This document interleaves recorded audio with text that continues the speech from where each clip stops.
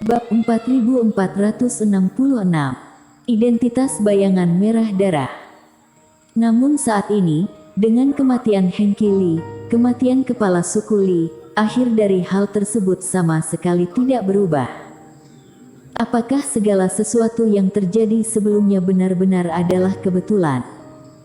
Jika badai yang terjadi itu adalah sejenis ujian, mengapa bisa meninggalkan sebuah formasi teleportasi? Erik menarik napas yang dalam.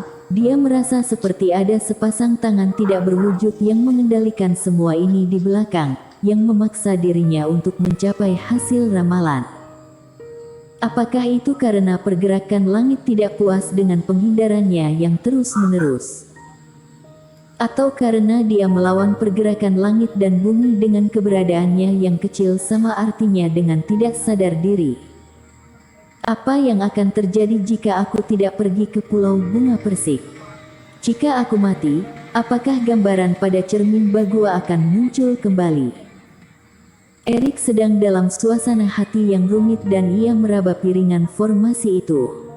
Jika sebelumnya informasi yang diberikan piringan formasi ini memberinya rasa kepuasan dan kegembiraan, akhir kali ini malah memberi Erik pemahaman yang lebih dalam.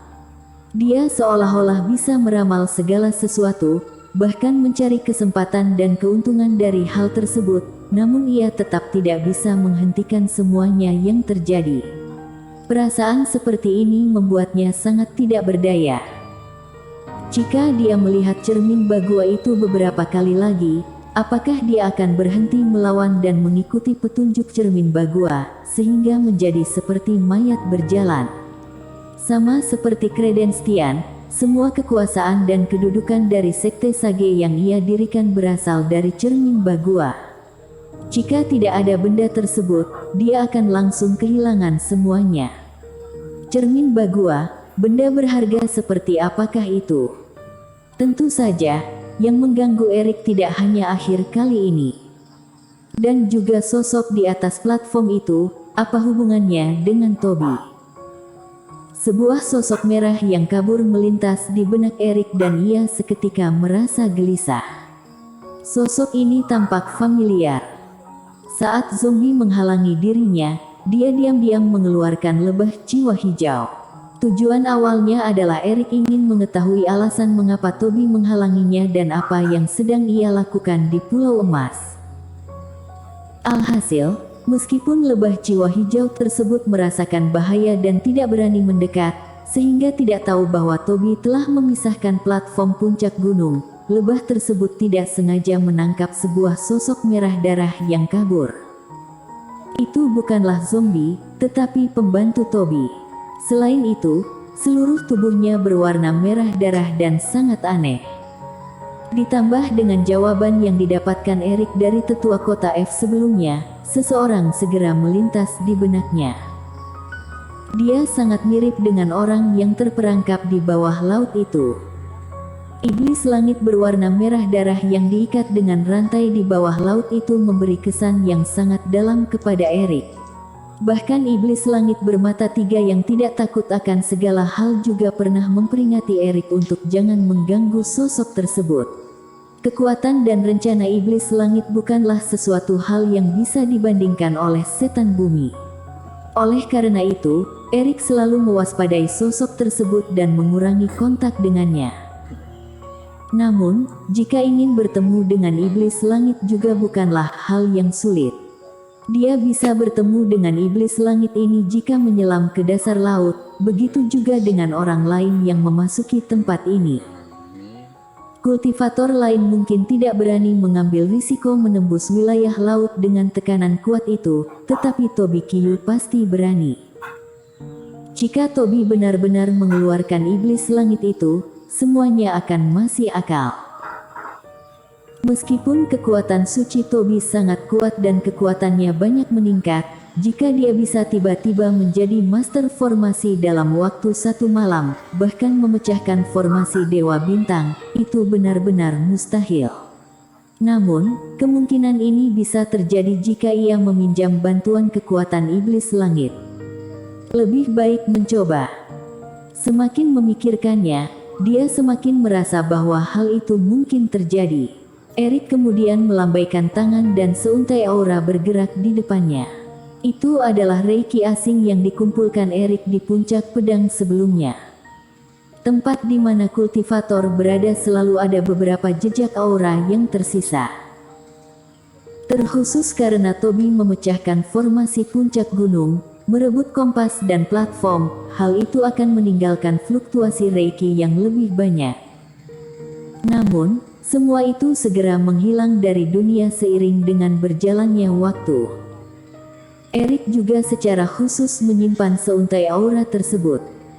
Dia membalikkan telapak tangannya yang satu lagi dan sebuah giok berwarna merah darah melayang di depannya. Itu adalah barang penyelamat hidup yang pernah diberikan oleh iblis langit berwarna merah darah itu kepada Erik. Meskipun namanya merupakan penyelamat hidup, tetapi di dalamnya terdapat embos iblis langit. Oleh karena itu, Erik tidak berani menggunakannya sejauh ini. Di dalam giok tersebut juga terdapat energi iblis langit.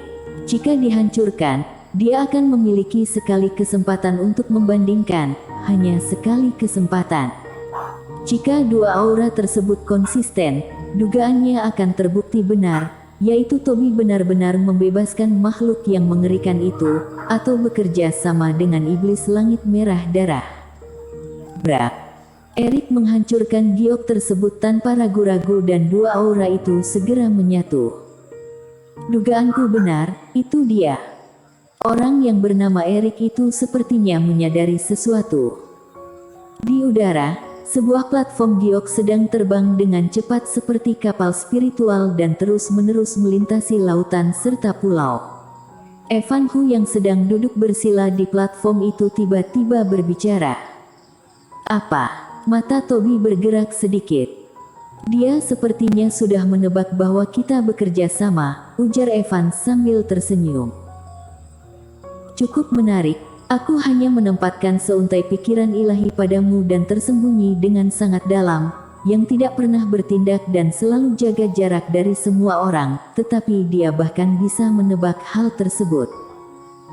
Sayangnya, kita belum bisa membunuhnya, ujar Toby dengan nada dingin. Dia juga bisa merasakan bahwa serangan terakhir sebelum dia pergi itu gagal. Ada banyak orang berbakat di dunia ini, tetapi hanya sedikit dari mereka yang bisa berkembang. Setelah kamu menguasai tempat ini secara bertahap, seberapa cerdas pun dia hanyalah seekor semut bagimu, ujar Evan. Meskipun menekannya sampai mati cukup memuaskan, tetapi tetap tidak bisa dibandingkan dengan membunuhnya secara terbuka, ujar Toby sambil mengerutkan kening. Jangan terlalu perhitungan. Setelah kamu menjadi penguasa Jiushu, tidak akan ada yang ingat kalau orang yang kamu bunuh pada ratusan hingga ribuan tahun yang lalu itu adalah pejuang kebanggaan atau orang yang tak dikenal, ujar Evan sambil menggelengkan kepala. Toby mengangguk sambil melihat lautan berombak di bawahnya. Hari tersebut akan segera tiba. Longsu ingin pergi. Di tempat tinggal, Erik berjalan keluar dengan sedikit kaget saat mendengar kabar tersebut. Di Pulau Emas, kompas dan formasi tidak ada lagi. Meskipun semua orang tetap harus pergi, namun saat ini hanya 1 jam berlalu, kemana Longsu ingin pergi. Ada banyak orang yang telah berkumpul di lapangan, termasuk Nita Yan dan Tetua Di. Di udara, sebuah kapal spiritual raksasa melayang, cahaya terus-menerus menyebar dari kapal tersebut dan satu persatu formasi juga menyala. Aku mendengar bahwa Master Surgawi sudah meramal keberadaan Toby, jadi Yudhira ingin menggunakan benda berharga Longsu untuk mengejarnya dan membunuh Toby. Semua orang terbang bersama dan Tetua Di berbicara dengan nada rendah. Saat mendekati perahu roh, Erik menyadari bahwa semua kultivator Longsu telah berada di dalam itu dan telah bersiap-siap untuk berangkat. Kelvin Peng sedang berdiri di atas kapal dan berbicara dengan Yudhira Ying. Namun pada akhirnya, Yudhira Ying hanya menggelengkan kepala dan Kelvin Peng terbang meninggalkan kapal spiritual dengan ekspresi kebingungan. Yudhira, apakah kamu benar-benar ingin mencari Tobi dengan seorang diri, tanpa bersama kami? Tanya Mitayan. Tobi membunuh kepala suku Li, aku tidak akan membiarkannya. Dan juga kami, kota F, ujar seorang tetua kota F juga. Begitu juga dengan klan beruang, ujar Susan Xiong. Aku sudah mengetahui niat baik kalian semua. Tapi, kapal abadi Longzu hanya bisa digunakan oleh kultivator Longzu. Lagi pula, aku sudah menemukan cara untuk membunuhnya. Longzu bisa menyelesaikan masalah ini sendiri, kami tidak ingin merepotkan kalian semua. Bersambung.